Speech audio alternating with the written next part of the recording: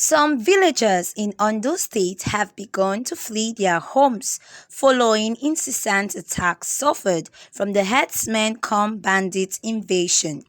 This has become the fate of residents in some villages in the state after long-time reported cases of attacks, kidnappings and sometimes killings, which have continued to disrupt business activities, undermine food security, displaced a large number of inhabitants, and also cast heavy doubt on the safety of lives and property. Video has more detail. Yesterday, being the 6th of January 2024, villagers flee as bandits overwhelm Amotekun in parts of Ondo State. At this moment, the Nigerian soldiers are getting combat ready. Some villagers in Ondo State have begun to flee their homes following the incessant attack suffered from the herdsmen-cum-bandits invasion. This has become the destiny of residents in some village in the state after long-time reported case of attacks, kidnapping, and sometimes killing, which have continued to disrupt business activities, undermine food security, displace a large number of inhabitants, and also cast heavy doubt on the safety of lives and property. Research has shown that over 4,000 farmers have been killed in the southwest part of Nigeria from 2015 to date. According to the Armed Conflict Location and Event Data, Nigeria has lost none less than 8,343 persons to the farmers' herders conflict since 2005. This rising invasion of herders in the southwest region subsequently led the governors in the 6 southwest states with ranking traditional rulers to form the Western Nigerian Security Network, codenamed Amotekun, on January 9, 2020. Despite the support from the state governor, the regional security outfit has continued to struggle to maintain and counter persistent attack from the herdsmen. Some residents have raised concerns about the wherewithal of the Amotekun corps to overpower and take control of the areas that has become dominated by the Fulani herdsmen terrorists. Following investigation by our news correspondent, a resident who gave her name as Tino said she stays in Akoko but visits Ifon often and that it is always a scary journey to embark on. I live after Irigidi Akoko, but I often commute on the road that leads to Ifon. I have a friend I visit regularly. That road is now lonely. Amotekun men have particularly been overpowered in that place because it is like the epicenter of herdsmen terrorists. They sacked all the entire community, she said. A monarch who didn't want his name in print said he had to go extra local security to support the Amotekun, but that they are struggling to keep them away. Although the men of the Amotekun Security Corps didn't say much about the challenges faced, residents gave their views about some of the problems the security network encountered in the course of duty.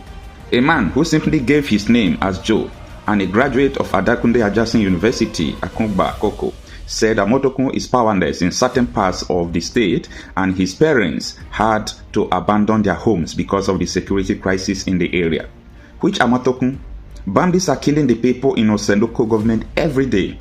Efon, Okeluse, Mondege, Aremojija communities are no-go areas till today. We even heard Amotekun were told to stop fighting the bandits when they lost like 5 of their officers in the environment. My parents had to leave the house to go stay with my brother who lives in Ondo town, he said.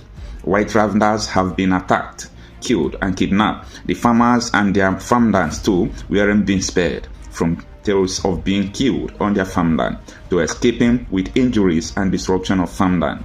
The farmers have had a bitter taste of the precious security situation of the state. No genuine soul, there is no genuine human being on earth that would allow the killing of his people and keep quiet. I think the Yoruba people and Yoruba elders should be able to apologize to Sunday Igboho. I listened to Sunday Igboho's claim, speech, and his motivation why he wanted his people to be free from Nigeria. He said that Yoruba people have all it takes to protect themselves. Then why should they allow other people to invade their land and kill them when the Nigerian military, police, DSS, and so on and so forth will not be able to protect them? So when people talk about all these people who were agitating for their own state, like Nnamdi Kanu or Sunday Igboho, people just look at them as distractions, as people who don't know what they are doing. of saying, see, these people have reasoned beyond so many people in Nigeria. These people have reasoned beyond the way you are thinking at the moment. Because you have not seen, because you have not heard, because it has not happened to you, because you have not experienced insecurity and killing, you think that all is well with Nigeria? Indeed, all is not well. Even our government officials, so-called political elite, knows that all is not well with this country. What happened in October 7 when Hamas killed about 100 Israelis? It led to the ceaseless war that they are fighting up to today. Talkless of ordinary Fulani herdsmen coming into your country and killing people every day consistently, and no one is talking about that. No one is talking about that. But you know one thing, that will not make people to just keep quiet and allow this killing to continue. So people will continue to talk about it, and will not talk about it without hitting hard that government are involved of this situation. Especially as it concerns security. You must have an enabling environment in order to do anything. So you cannot take someone that is virtually senile and another person that has been associated on several occasions with funding terrorism. That is Kashim Shettima. Kashim Shettima, we should not forget Kabiru Sokoto. Kabiru Sokoto was one of the most wanted terrorists, and he was found and arrested in his house.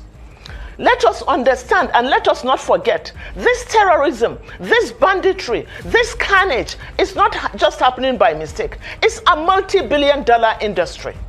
A multi-billion dollar industry because it takes a lot of money on defense budget. It has a lot to do with the sale of drugs. It has a lot to do with mining and illegal bunkering and illegal and illicit mining. And look at the areas that are generally affected by this. Take the Northeast, for instance. In the Northeast, you have the blue diamond. That is a strategic mineral. You have oil at the Chad Basin that is being explored right now, but illegally. You have Zamfara. If you go to Zamfara, Zamfara has more gold than Ghana. Zamfara's gold is being traded in Dubai and other parts of the country. There is a market called Nigerian gold in Dubai. Go and check. So who is doing this mining? Most times they are the governors, the people in power. They are the ones doing it in connivance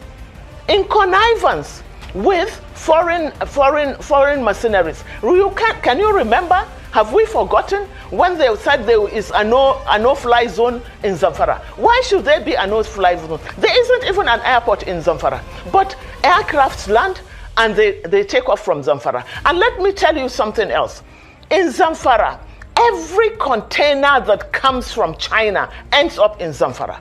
You know why? Because in Zamfara, the soil in Zamfara has all the strategic minerals that you can think of. So when the containers come in from China, they land they end in Zamfara, and a bag of Zamfara soil is today sold at 5,000. So they need to displace the people to allow them to continue with their mining. I mean, it's multifaceted. And these are people that one has been severally accused of harboring terrorists, even recently. And why? Let us ask, why should Shettima be visiting, along with his governor, be visiting and making a solidarity with a police officer that was being tried for drug trafficking? Why? So you begin to put these things together, and you begin to understand why Nigerians must retrieve their country. We can't allow this thing to happen.